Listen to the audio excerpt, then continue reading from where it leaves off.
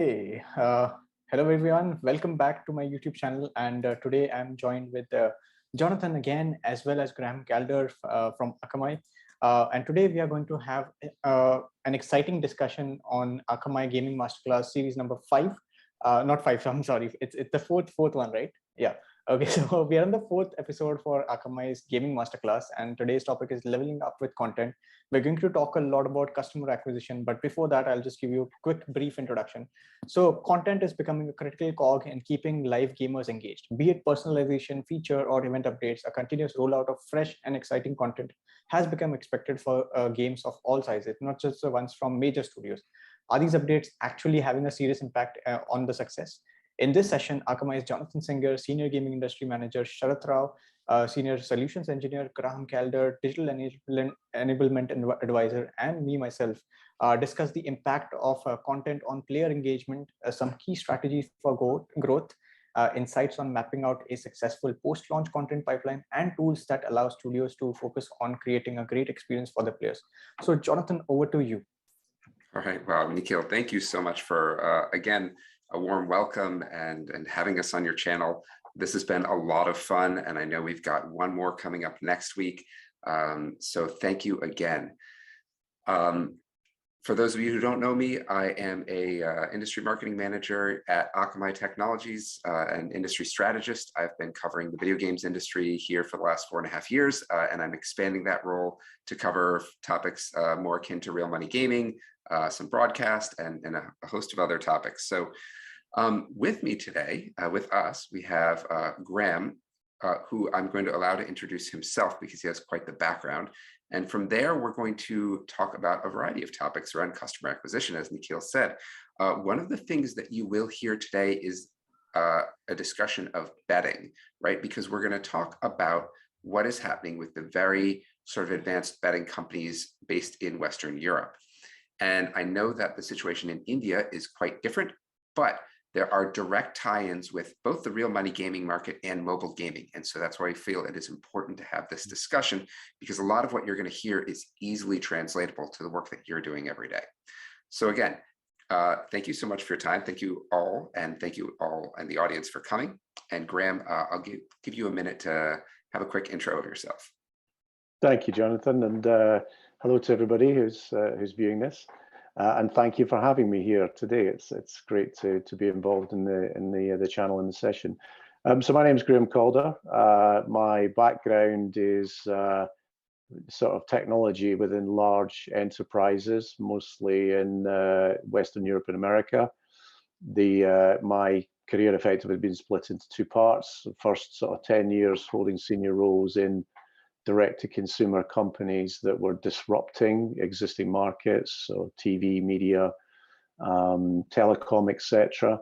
The second half of it was working for companies who were responding to that disruption and helping them understand what was required to be able to compete and ultimately win in those markets. And as part of that, one of my roles was the CIO of Ladbrokes Coral Group.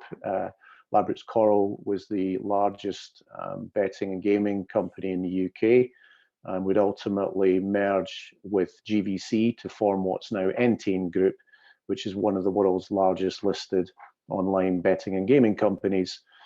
So I've got sort of a pretty sort of long heritage in sports betting, but also through other parts of my career, I've had a long heritage with customer acquisition, customer retention, and how you grow customer revenue over time. All right, fantastic. And Sharath, do you want to give a quick introduction of yourself as well? Sure. Thanks, John. Thanks, Nikhil, and hello, Graham. So my name is Sharath, and I'm a solutions engineer for Akamai. My job daily is to talk to gaming companies, work with the biggest gaming logos in India, understand the different challenges, the bottlenecks, and how Akamai can solve the problems and the challenges in whatever scope we have. So yeah, I'm very excited to be here. Wonderful. All right, so with the introductions out of the way, I will dive in, and I'm going to direct my first question to Graham, and that is kind of the reason why we brought you here, the reason for your expertise here is, how does a European operator look at customer acquisition? Yeah, it's a great question, and it's actually it's the key question for an online betting and gaming company. It's often perceived that when you're in that market, your biggest cost will be technology. In fact, it's not. It's actually the marketing budget, with the vast majority going on customer acquisition.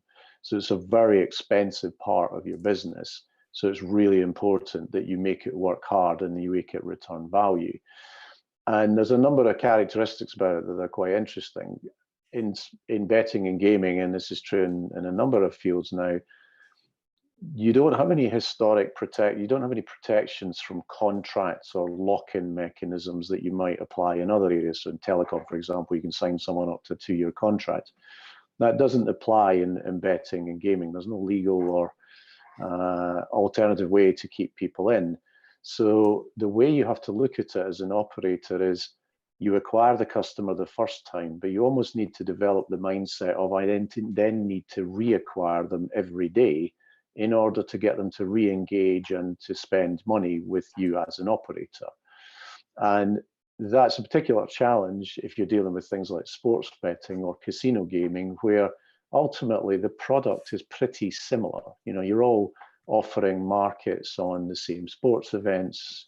You know, roulette is roulette, poker is poker. So there's very little that you can do to differentiate yourself in terms of the actual product that you're selling to the customer. So what you've really got to do is focus on experience and branding and marketing and continually refreshing that engagement with the customer in a way that keeps them coming back. So acquisition is not just a single point in time. It becomes an integral part of your business model where you have to constantly work every day to keep those customers coming back. So even if when you're through the traditional acquisition phase of I've got them to sign up, how do you get them to come back the next day and spend money? So that's the way that they look at it. It's continuous. So that's a really interesting point that you brought up, that you need to reacquire customers every day. And I think that's something that, especially in the mobile space, in the free-to-play space, you're seeing a lot around the need to be putting out new content and what that looks like and how important it is to have new content available to re-engage your players. Nikhil, I'd love to hear your reaction to that, because I think that this is something that you're probably dealing with on a daily basis as well, correct? Yeah. I completely agree with Graham's pointers that, marketing as well as customer acquisition is the key for making any product work. Our primary goal, even at our company, is to make sure that we are working with multiple distributors on a non-exclusive basis, so that, with the same piece of content, we are able to tap into different areas of market. So for example, I'll just give an example of our recent game. We had made this game called Cricket CEO. We launched that game onto the Play Store platform. But then along with that game itself, we also explored possibilities on how we can expand the customer base for our existing game. So we had the game engine ready. We had that in place. But how do we tap into markets that have, let's say, a little bit of different set of users? So with the same game's engine, we were also able to port that same game onto the set-top box platform, which is a completely different market. So the way that we look at customer acquisition is by diversifying our existing packaged games and tapping into and creating relations with multiple telecom operators, because there are markets that we know that we won't be able to tap into. Like, for example, if we are to tap into the Middle Eastern market, then we know that we do not know the market dynamics over there. So it's wise to actually work with a distributor who is based in that country, offer our content to them, and then they take care of the customer acquisition part for us. Now this slightly compares differently when it comes to getting a game out onto the Google Play Store platform or the Apple App Store platform. So therein we kind of invest in the advertising budget, and we work with brands like Google Ads and Facebook Ads for acquiring our customers. So there are like two different set of verticals. So for the mobile games that go onto the Play Stores and your app stores, we use customer acquisition channels such as Google Ads and Facebook Ads. With regards to the local markets, we tend to work with local operators that actually help us get our content to the audience that is there in that particular geography. So yeah, that's generally how we're working at GameEon.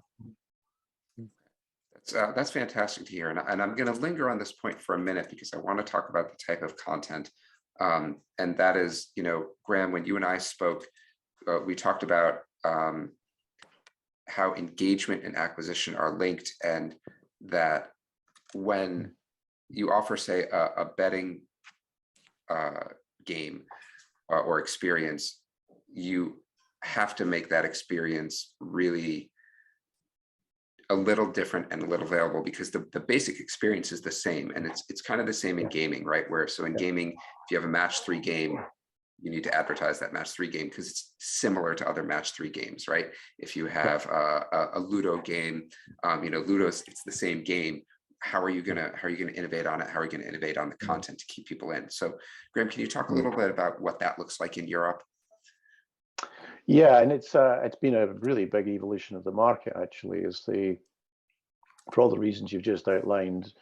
Pre-match and pre-race effectively is pretty generic, and in the case of horse racing, for example, you go to what's called show price, which means everybody has to offer the same price. So you've got no opportunity to differentiate, and even before then, the only way you can do it really is by giving value away and reducing your odds, which you really don't want to do. It's a race to the bottom. So what a lot of where the action has moved to with the European operators is increasingly the focus on what they call bet and play, and really what they're doing there is they're taking the fact that these sports events are very dynamic. You don't know what's going to happen next, potentially. You can't map that out before the event happens. But in doing so, you open up all sorts of real-time opportunities to engage with the customer. So, for example, you might get a football match with Liverpool. Mo Salah scores 2 goals. You can then offer odds on, Mo to get a hat trick, and so that needs to be packaged up, the opportunity to engage with a really compelling message to the right channel at the right moment. So more and more of this stuff is really done very dynamically and very much in real time, and it becomes effectively a form of dialogue with the customer.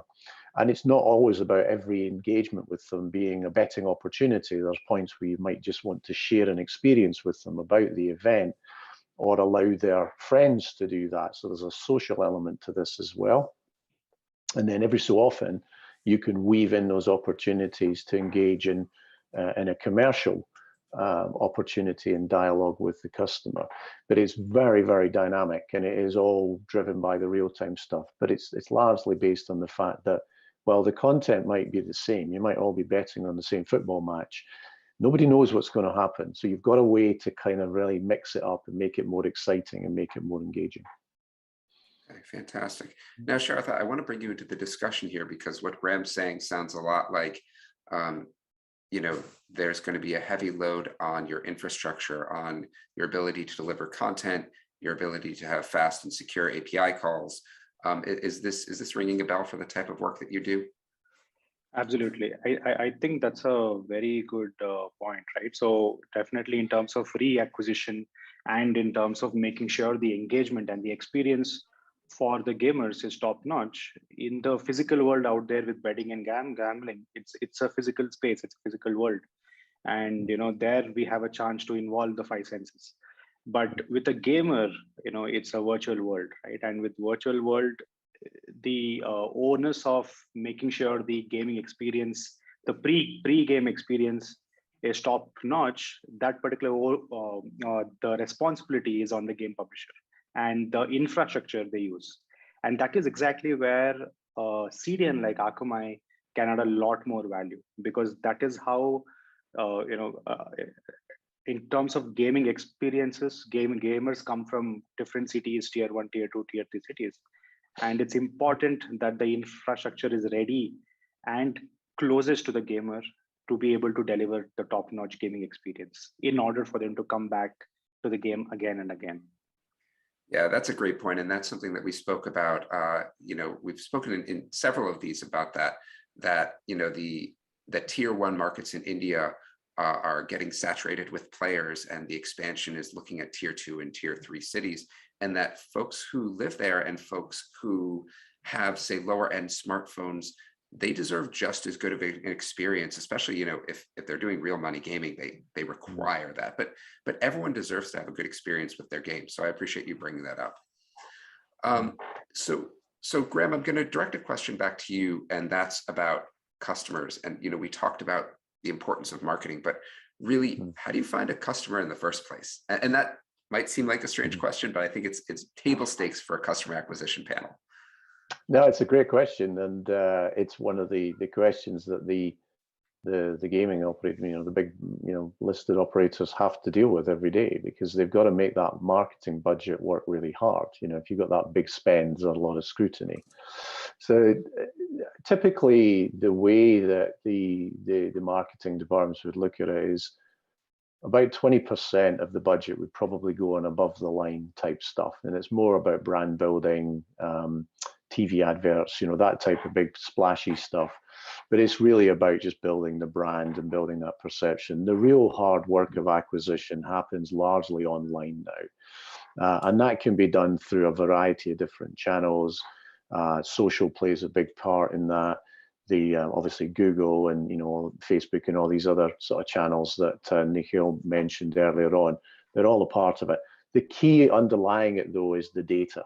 So it's really important that the companies have done their research up front, because what you're trying to build is a really strong customer base as well. You know, acquiring large numbers of people is good in one dimension, but not if they don't spend any money with you, because you're still taking up real estate on your systems. You've still got a cost to service, but you're not getting the revenue. And in that model of continuously having to engage the customer and reinvest in new content and new experiences, you need a strong customer base. So the key that what the operators are always looking at is to really target those customers that they believe are going to be the high income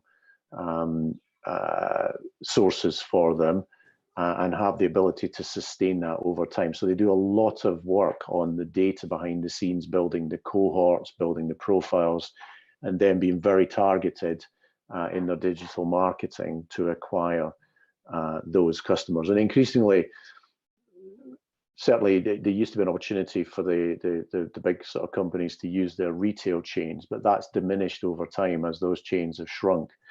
That will still be the case in the US, where you've got these very, very large retail properties. But even there, again, it's actually leakage is quite high between a customer that you own in the retail space versus one you have in the digital space. So it's quite a dangerous strategy to just rely on retail.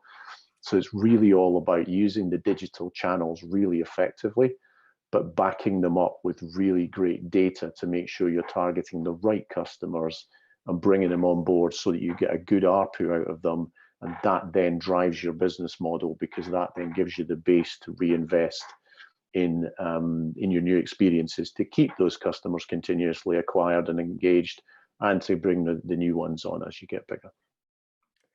Fantastic. And Nikhil, I'm going to turn it back to you. Are you seeing similar parallels in the work that you do every day? I mean, when it compares to gambling and the casual games that we make, obviously there are parallels, because, you know, we are talking about digital games. So, but our way of working is slightly different, primarily because we are not really looking at, you know, a user spend in terms of staying engaged. We are looking at, you know, user spending on in-game items. So our way of working is slightly different, but yeah, very much similar to the lines of what Graham already mentioned. Yeah. Yeah. Okay.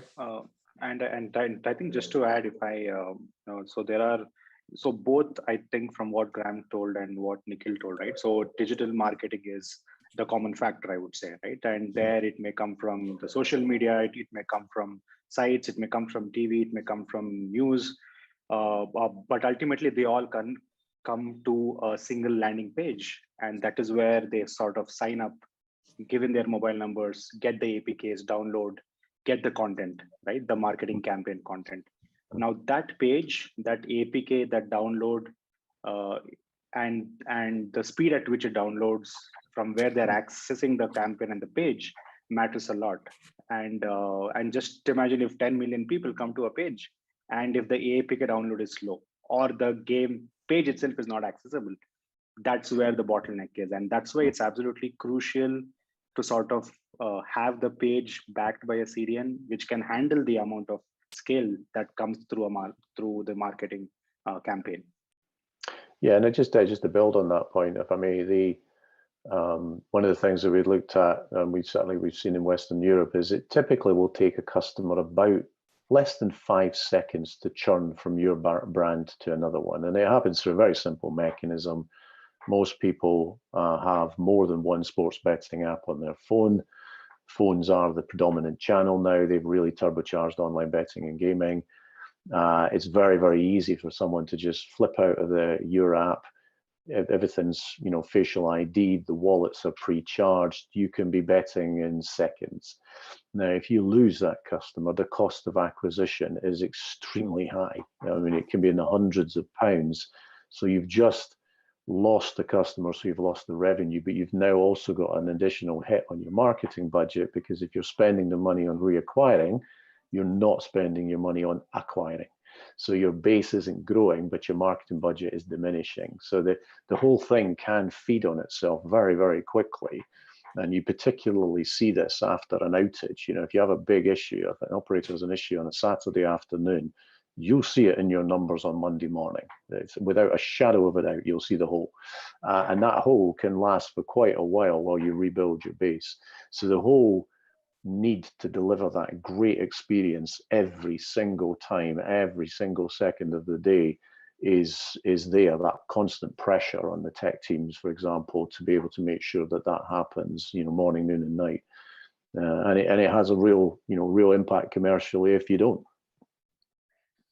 Yeah, absolutely. And this is true across different aspects of gaming, right?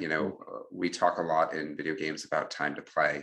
And so when you're building out your game and you're focused on the core gameplay, that's fine. But there are all of these microservices, all of these little bits of code, all of these other pieces of a player experience, from, login, chat, leaderboards, all of these different things that you don't think is core to your gameplay, but is core to the user's experience. And as those have issues, you're going to start churning players who are going to go to another app, right? And I met with one of the largest AAA, games publishers in the world, and they were talking about their mobile games, and they said, yeah, we have a time to play map, and you can see the drop off from, starting with download times, and by the second, so by the time you hit 30 seconds, you've lost 50 to 60% of your players. They're just not even going to finish opening the app. They'll find a different game to play, right? Yep. So it's definitely tight out there. Nikhil, are you seeing kind of similar things with the data that you look at? Yeah, I mean, this is something that we also extensively work on, because we also set user funnels and try to observe the data. And most of the times we have observed that internally we end up building something that we feel is quite intuitive, but then that does not necessarily translate to the same when it comes to user behavior. So just a simple example I'll give: we were working on this game and we made the menu structure what we felt was very easy and easy to use.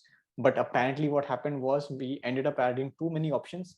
And the assumption over here is that people got baffled with the amount of options that they saw, and then they just quit from the menu itself. They didn't even explore the characters that were there, that they didn't even end up going inside the level. So literally the people who ended up starting the game were around 10% of what people actually downloaded them. So we actually revisited the entire menu screen. We made core decisions that there will be a big play button, and that actually helped us scale up the number of users that actually ended up playing the game. So yeah, I do agree with you on this part. Yeah, that's a tough way to learn that lesson. Yeah. So congratulations to you on pushing through it. So Yeah. All right, so I want to talk specifically to the real money gaming crowd for a moment. And Graham, we talked a little bit about them, and they sort of sit between the extremes that you've been but the industry that you've been talking about, and what Nikhil does on a day-to-day basis. Can you talk a little bit to real money gaming and sort of what that looks like in the more developed areas? Mhm. Yeah, well, I mean, there's two sort of parts to this really for your average kind of online betting gaming operator. There is the traditional casino games, so your roulettes, your pokers, and your general casino stuff. But then you've also got your slots, and slots is a very, very big part of the gaming market for the operators, and it's also one of the areas where they can actually differentiate because it's effectively content driven. And so in that regard, there's a very strong parallel to the real money gaming, and all of the big operators use a combination of content. They'll use stuff, slots games that they've developed themselves. They'll also use games that come from the big names in the industry, so from the Playtechs and the SGs and people like that, and they'll offer those up to their customer base.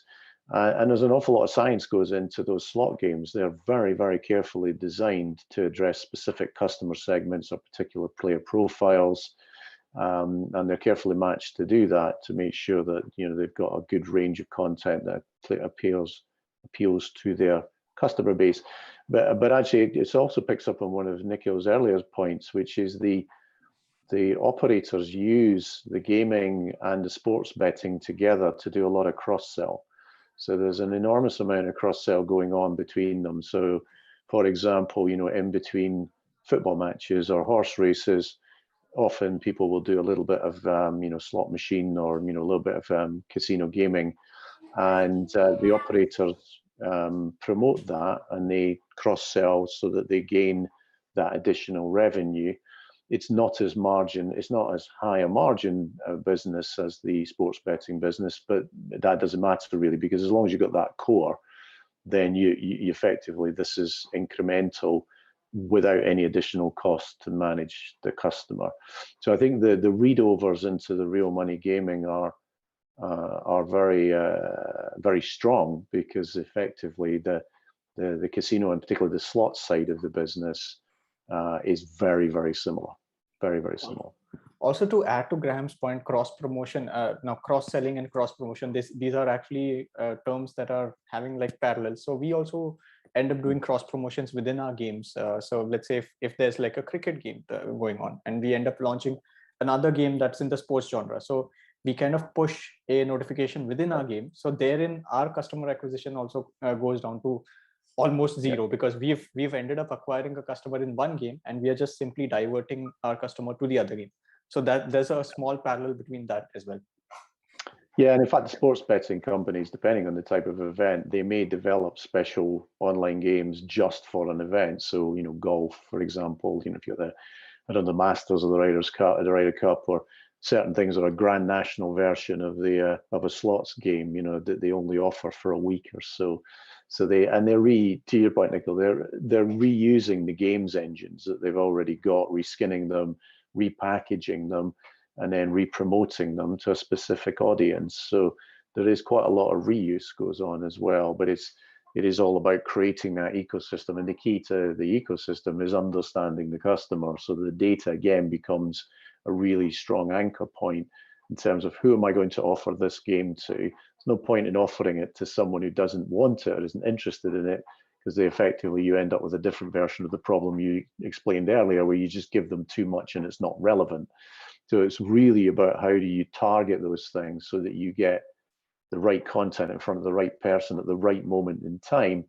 And again, that always comes back to understanding the customer, being able to do this in real time, and driving it through the data. Yeah, and I think just to add, I think while the cross promotion happens, right, whenever you send a notification to a crowd who is looking at or like playing a particular game, is just millions of notifications going at the same time. Now, at that point of time, whenever they do the clicks, they all need to sort of come back to a Punch-Out game or a Play Store link, and or to their own site, where they are supposed to download the game. And I think that is also where it's important to perform well. And in terms of cross sell and purchases specifically, right?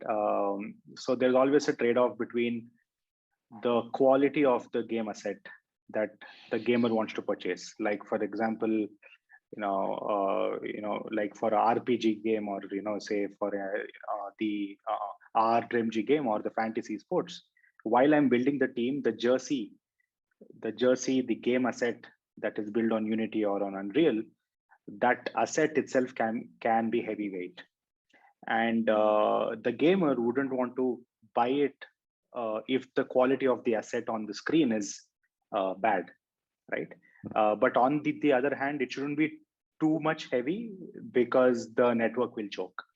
So there has to be a trade-off between the quality of the asset versus the conversion of purchase of the particular gamer to the particular asset, right? I think that is where the trade-off comes between quality to conversion of the checkout and the cycle there. But I think that is exactly where performance is a main concern, and especially I think in Nikhil's game, I've been a big fan of how Mumbai Gullies is built, and in Mumbai Gullies, so you see that the attention to detail, the static assets in the game, the light and the light surrounded with flies, that is another level of detail, right? So to deliver that level of detail on a mobile device for a mobile game, that's where performance really matters, and that's why I think we are doing the best in this country.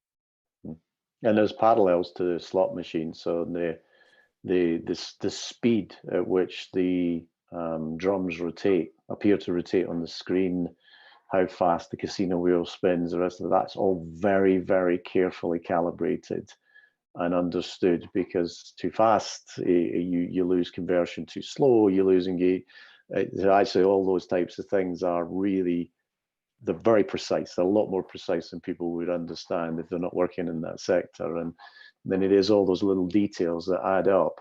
But to your point, when you try to then deliver that, and it's all great to do it in the lab, but when you're trying to do that over a hugely diverse comms chain, with most of that not actually being owned by you as the operator and the provider of the content, it becomes a real challenge, and even right down to the devices the customers own. You don't know if it's got the power to do it or whether it's running other things. So being able to really understand that experience and adapt to make sure that you're optimizing it for the situation is really key. And it's the same with data assets. You just touched on a really good point. If you're sending multiple notifications, but those notifications arrive out of sync, it just confuses everybody. It just, you immediately lose the engagement that you had. And it's the same with data assets. You get this in sports betting, you get what's called stale pricing, where the price is just wrong, because it's come in at the wrong order because your mobile's lost connection, it's reconnected, you get the wrong price, you can't bet on it, you've lost the flow. So you disengage. Nikhil, it looked like you had something to say. If not, we got a great question in the Zoom chat here, which I normally would wait till the Q&A section, but it was so on point, and I wish I had thought of it myself. So I wanted to ask it, but I want to make sure you get a chance to say what you had to say. No, actually, I did not have anything. It was just my posture. Okay, all right. So the question that came in, and I'll save the rest for later, but that's how do you manage the budget allocation between various titles in a portfolio of titles operated by your company, and what parameters do you consider? And I think this is really important because all the things we're talking about is a really heavy investment in time and energy in crafting all the details, going over the data, making sure that each experience is fresh and engaging on a regular basis. That's a lot of time and money. So how do you manage that? Yeah, I mean, the question can be simply answered by let's say if you got a huge bulk of audience, if let's say you're managing millions of users, then obviously your cost of acquisition for users will be higher as compared to something that you've just launched in the market and it doesn't have that many set of users. So when you're launching a new title, I think the best way would be to try and reduce your customer acquisition cost to as low as you can. Use your cross promotion tactics, use as many organic ways to get conversions, and make sure that you're working properly on your app store optimization, your keyword strategy and all. In terms of budget allocation, allocate budget based on the ROI. Like let's say if you're having a game that is doing decent amount of revenue and you end up investing excessive amount of marketing budget in it, and you might get a bloated audience for a while, but then it does not necessarily mean that it ends up being a long tail revenue for you. Perhaps this might be different in the real money gaming space. I'm not an expert in that area, so I'll let Graham take over that part of the question. Yeah, I mean, it's great. A great question. I think you've touched on a couple of the key points. First of all, a large operator is an extremely commercial organization. So everything is put through the lens ultimately of what's the yield we're going to get on that investment. And when it comes to spending the marketing budget, there's an awful lot of analysis that goes on and a lot of modeling into acquisition costs versus return on investment, lifetime value is used heavily, and using all of the statistical techniques, the modeling techniques, etc. So there's very little that gets spent in a marketing budget that isn't subject to that level of scrutiny before it gets applied. And if there's a level of uncertainty, then it'll be done as an experiment, to Nikhil's point, put a small amount of money in to seed it, see how it resonates, adjust your stance, and then, go bigger at the point at which you've got some confidence. But the other thing that often comes into this as well, and you do see this as, this historically, there's been a lot of errors made in this. Never put lots of marketing into a product that isn't right or isn't ready, because all you'll do is waste your budget. So the order of events needs to be get the product and the content right, so that it's not only compelling but the quality is there, and then push it. If you do it the other way around, you'll spend a lot of money, you'll disappoint a lot of people, and ultimately they'll all just drift off. So that the operators tend to use those two gating factors. One, is it ready? And two, who am I going to sell it to? What's going to be my lifetime value return on this for my acquisition costs, etc.? And then they track that really carefully. I mean, they track that every single day. That will be tracked, and every week it will be reviewed at the commercial trading meetings, etc. So it's a really critical thing because it's such a big part of the budget. Yeah, I think the question of is it ready is something that the video game space could really stand to work on. Graham, this might not be your area of expertise, but those of us who are smiling know that there have been some really high-profile, problematic launches in the game space over the last couple of years. Some games that had a very massive marketing budget and a lot of hype behind them, and they came out and they were not ready to play, and it just devastated those companies. There was one company in particular over the pandemic. If you look at the share price of some of the top publicly traded games publishers and companies, all of their stock prices went up massively over the pandemic, except for one, which went down significantly because they had such a painful launch of their game. So being ready for prime time is definitely And it sounds like such an obvious thing to say, and yet, as you say, I mean, really big companies get this wrong, and just go out with a big bang on something that just isn't ready. And it's happened on, there's been a number of high-profile cases like that in the betting and gaming industry from some really big, savvy operators as well. But they just get that bit wrong. Yeah, and I think this also happens specifically where the go-to-market plans are like more aggressive than the technical readiness, the security readiness, and I think that is where the difference is, in between successful launches to the ones that failed.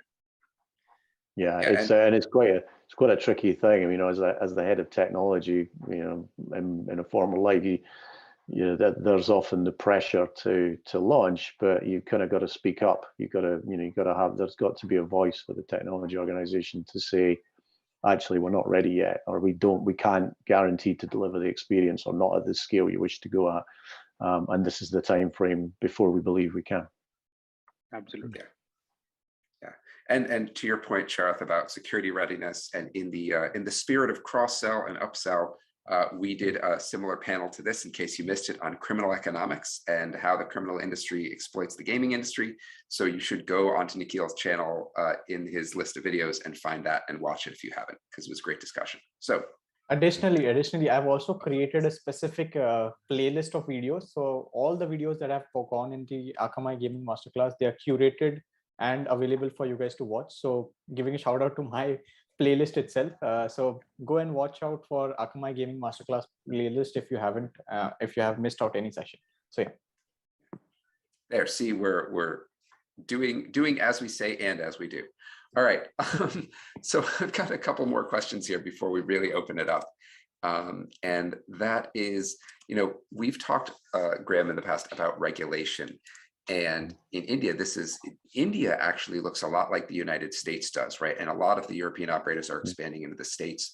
And for those of you who know nothing about the US gaming market from a gambling perspective, which I would expect is most of you, gambling only recently was legalized in the US from an online perspective, and it has been a state-by-state basis, which will sound very familiar to the real money gaming folks in the crowd. So Graham, can you talk a little bit about regulation and the concern for the real money gaming players out there? Yeah, I mean, the large listed sports betting groups today predominantly focus their activity on regulated markets. And that's really a requirement, because otherwise they're taking risks with their shareholders' money that they're not particularly comfortable with. And what you typically see in these markets is that they will start with loose regulation. And as the market develops and it grows and the revenues grow, and some of the more negative aspects of gaming can sort of raise its head, you'll see typically an increase in the regulatory overhead and the regulatory burden. And that's been true of every market that has effectively legalized itself and opened itself up. And it's in the interests of everybody, regulators, operators, customers, to comply with that regulation, because it generally contributes to long-term health and sustainability of the market. And again, the key to maintaining that good regulatory position is to know the customer, and it's to know the customer from a level of engagement, to be able to analyze their activity, to be able to understand when you should engage with a customer, but also equally important, when you shouldn't engage with a customer and when it's not appropriate to offer them services. And that's particularly key in betting, for example, where you can end up with problem gambling and the negative effects that come from that. And in regulated markets, they will all generally have the principle of keeping crime out of the market. That's one of the principles. And the other big principle will be protecting the customer. So those two things, if you look at all of the regulation right across the world, US, etc., they always have those two key parameters, or there's two key pillars, if you like. And actually, they're a really good guide, for any company that's wanting to build its brand. And this is true in any business. Do the right thing for the customer. Do the right thing to stay within the letter of the law, and actually, compete on a fair basis is the right way forward.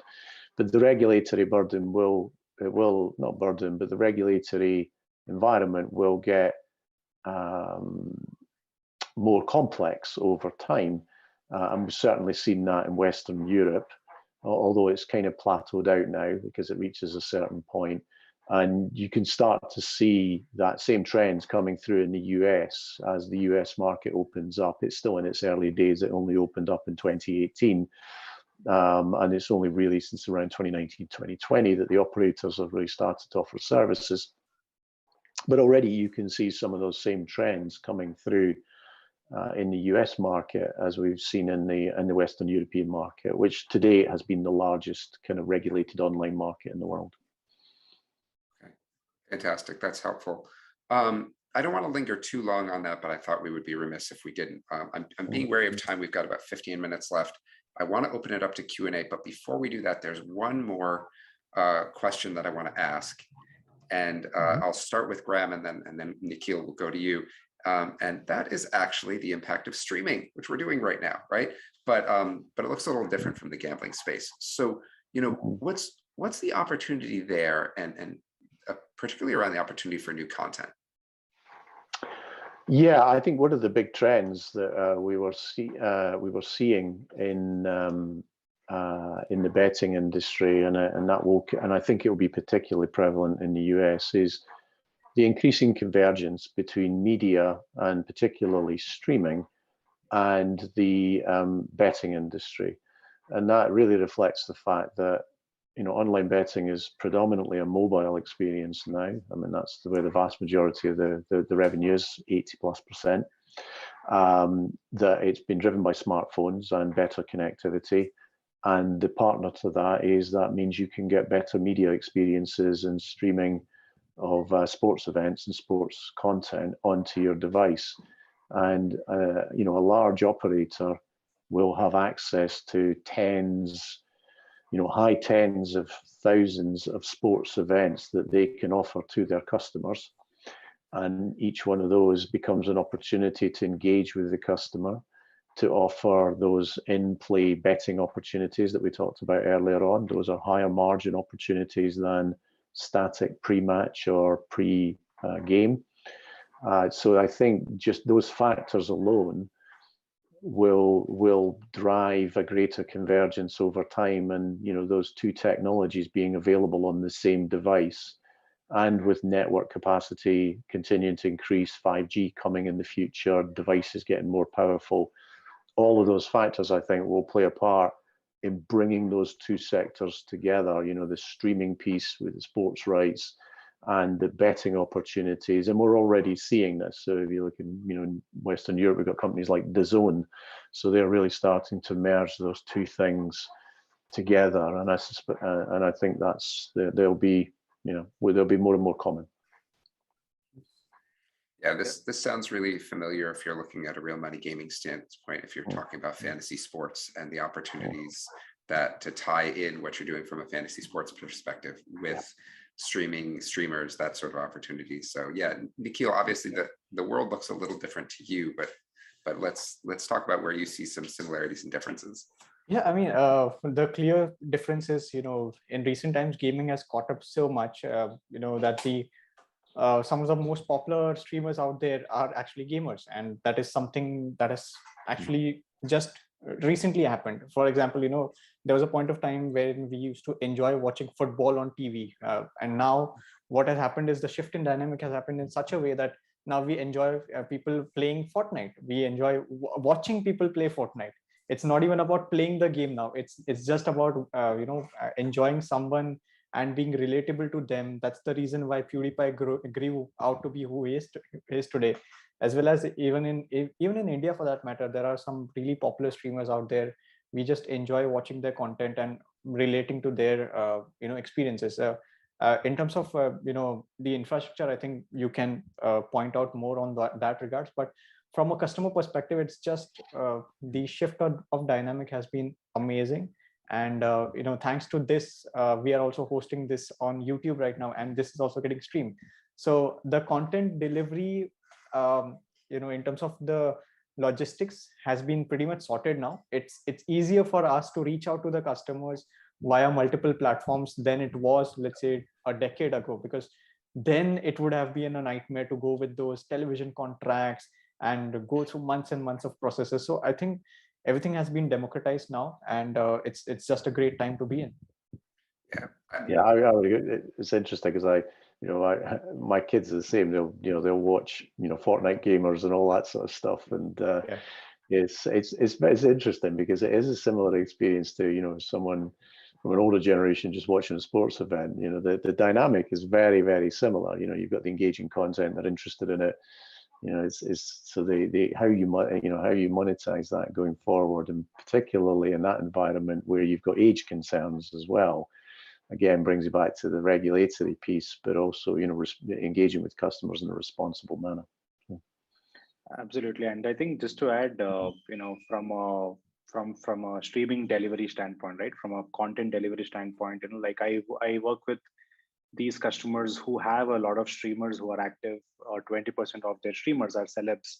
The remaining 80% are just starting off. They are gaining traction and getting more crowd. But I think what is more important for those 20% celebs is to make sure the gameplay they stream doesn't get into buffering or disturbed streaming or viewing experiences. And that is where having a robust infrastructure to be able to cache and deliver and to make sure the buffering doesn't happen is where they use us as Akamai for, right? And I think that is where the key differentiator is, because yes, it's difficult to build another YouTube or Twitch, but the ecosystem in itself coming together where they are streaming and gaining fan and they have a revenue stream also. So I think this is where it is very important to have a distributed architecture within the country to be able to handle that scale that the celebrity is looking for, while they stream.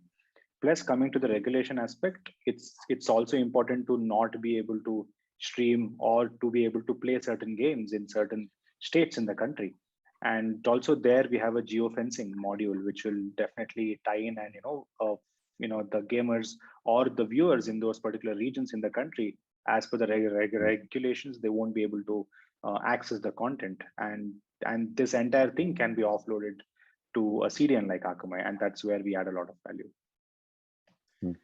Yeah, I think it's a great point. Is there's not a need to recreate the infrastructure because most of it is already there. It's for the companies that want to use that, it's about how do you develop your software so it exploits it fully and it takes full benefit from it. How are you, Akamizing your content, Akamizing your streaming? How are you keeping the data synced up? And particularly when you're linking monetized events with streaming, timing becomes really important.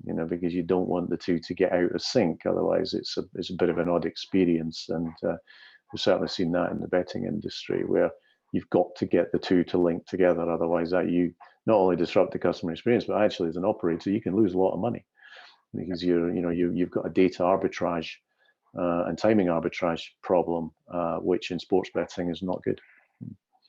Yeah. Sorry, Jonathan. No. My point was not about technical; it was more on the marketing side. So I'll make one last point, and then I think we'll wrap and invite some other questions.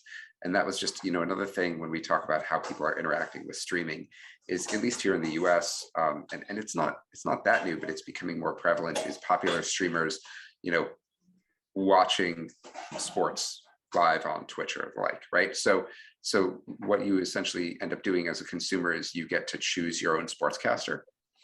And for real money gaming folks who do fantasy sports, like this is a real opportunity for influence and co-branding, or even to build your own content channel around folks who play your games, who watch these shows, and people can pick the personalities that they want to hear from when they're watching sporting events. So there's your sort of your example of your convergence of the land of streaming, broadcast, OTT, and sports, video games, gambling, real money gaming, and it's all kind of coming together, at this point. So.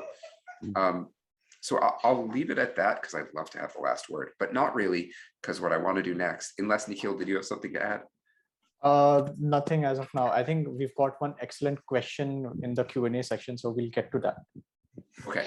Let me see. All right. So we're going to open it up for Q&A right now. And the first question that I have here is, given the industry is dynamic and works 24 hours a day, how do you plan the acquisition marketing activities around the clock in order to not miss out on good players? There are many people who prefer playing late hours, and setting up an organization catering and working 24 hours would require heavy investment, while companies are looking at targeting tier 2 and tier 3 users now. Okay, that's a really good question. I love it. And I'm glad I don't have to answer it. So I'm happy to go first. Yeah, I'm happy to go first to that one. It's a great question, and it is one of the big challenges. And this is where the European operators in the sports betting arena have really evolved their game. So actually, the way that that's done is it's often done in an automated way now, because there is no way to the person who asked the question. there's no realistic way to scale this up with human beings.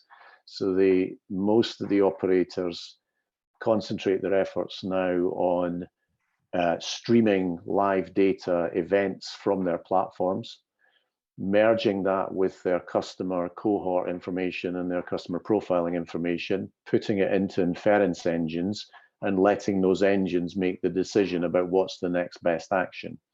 And that next best action may be to promote a certain thing to the customer, or it may be to suppress activity, depending on what the model says. So if it has the characteristics of maybe problem gambling, the message would be suppressed, don't engage. Whereas if it looks like a good opportunity, the model will send out the next promotion, and it works on a continuous loop. So it's constantly analyzing the impact of that and then adjusting it. Now, what that means in practice is you can get down to extremely small cohorts and do so in real time. So for example, if you've got a niche soccer game and it's the results are looking unusual, and you want to kind of put out a bet on a particular outcome in that game, the audience for that might only be 3 or 4 people from your whole base of millions. But because it's all automated and because it operates on that model, you can still take that opportunity and you can still target that and get a yield on it, because somebody's probably going to pick it up. So it's very much that kind of closed loop, but automated system based on real-time event streaming from the platforms themselves.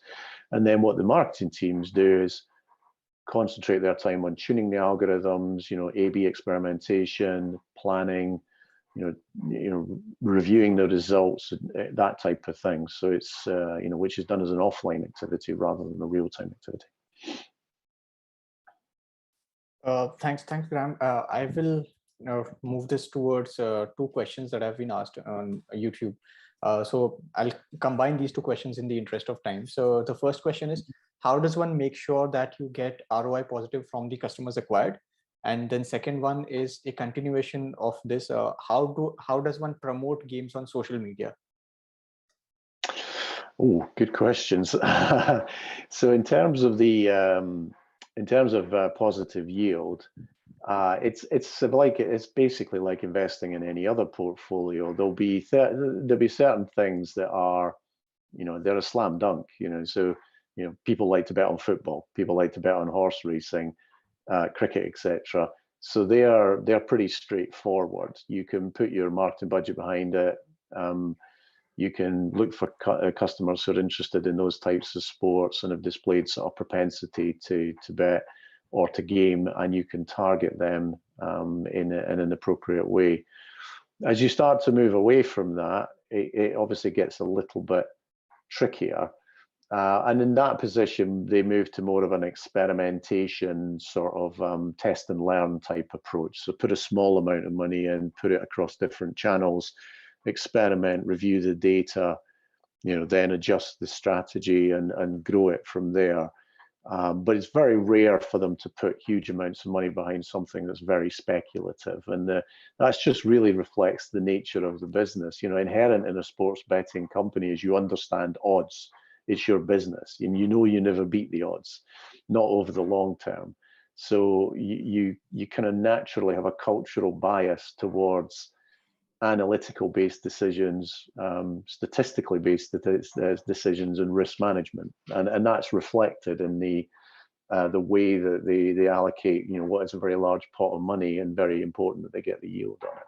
So you'll see different techniques used depending on the circumstances, but ultimately it always comes back to data. The data analytics that's used in these companies is phenomenal. I mean, there's very little gets done without the data to back it up.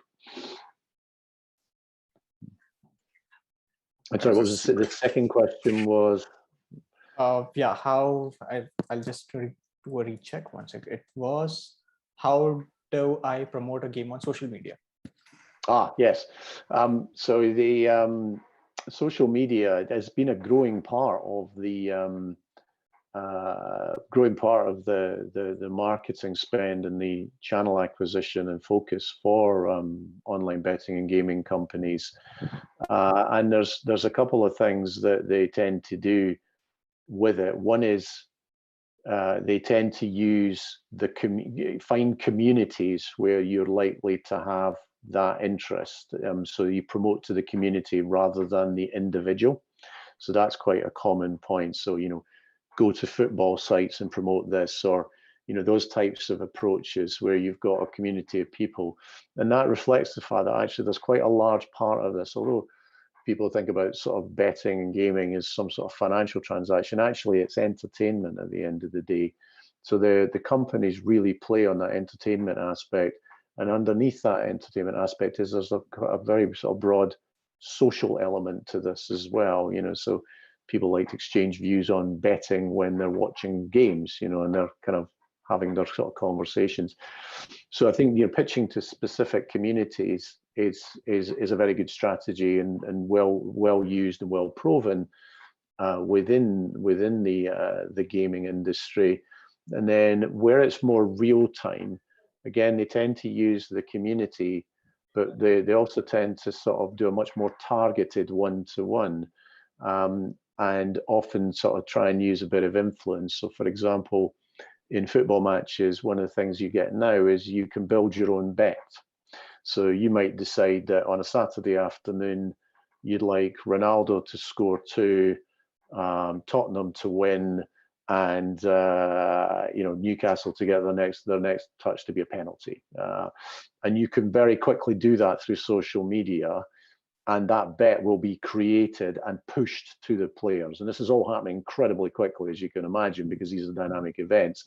But what that does is it engages the community and engages that audience in terms of, yeah, who else thinks I'm right on that one? You know, so that kind of two-way dialogue and the real-time nature of it, but the ability to influence a community, those are really powerful mechanisms for how you can use social media. Awesome, awesome. So Jonathan, I think we are wrapped up on time, right? So I'll let you do the closing statements. Okay, well, thank you. So yeah, that is all the time we have for today. Again, fantastic questions from those in attendance today. Thank you so much for all of your time in sitting down and watching us. I think this was a fantastic session. And Nikhil, thank you as always for being such a kind and generous host. We love working with you and hearing your point of view on everything. It's been fantastic. Graham, thanks for jumping into this.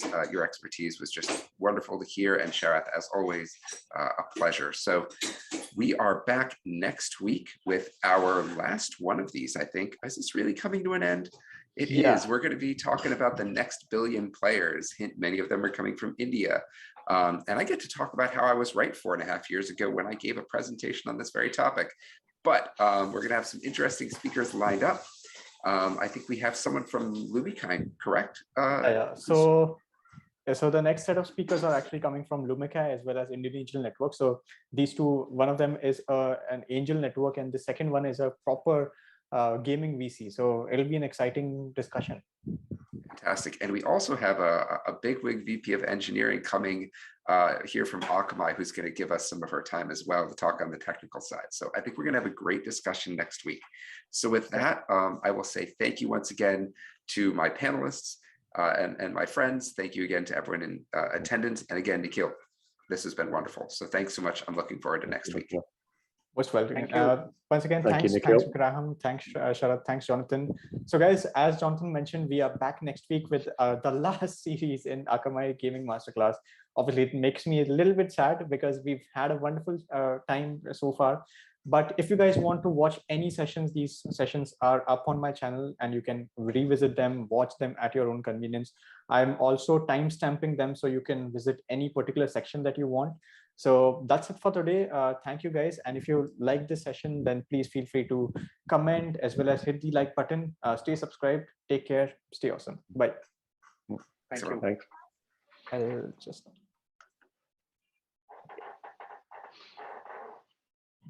All right. So yeah, we're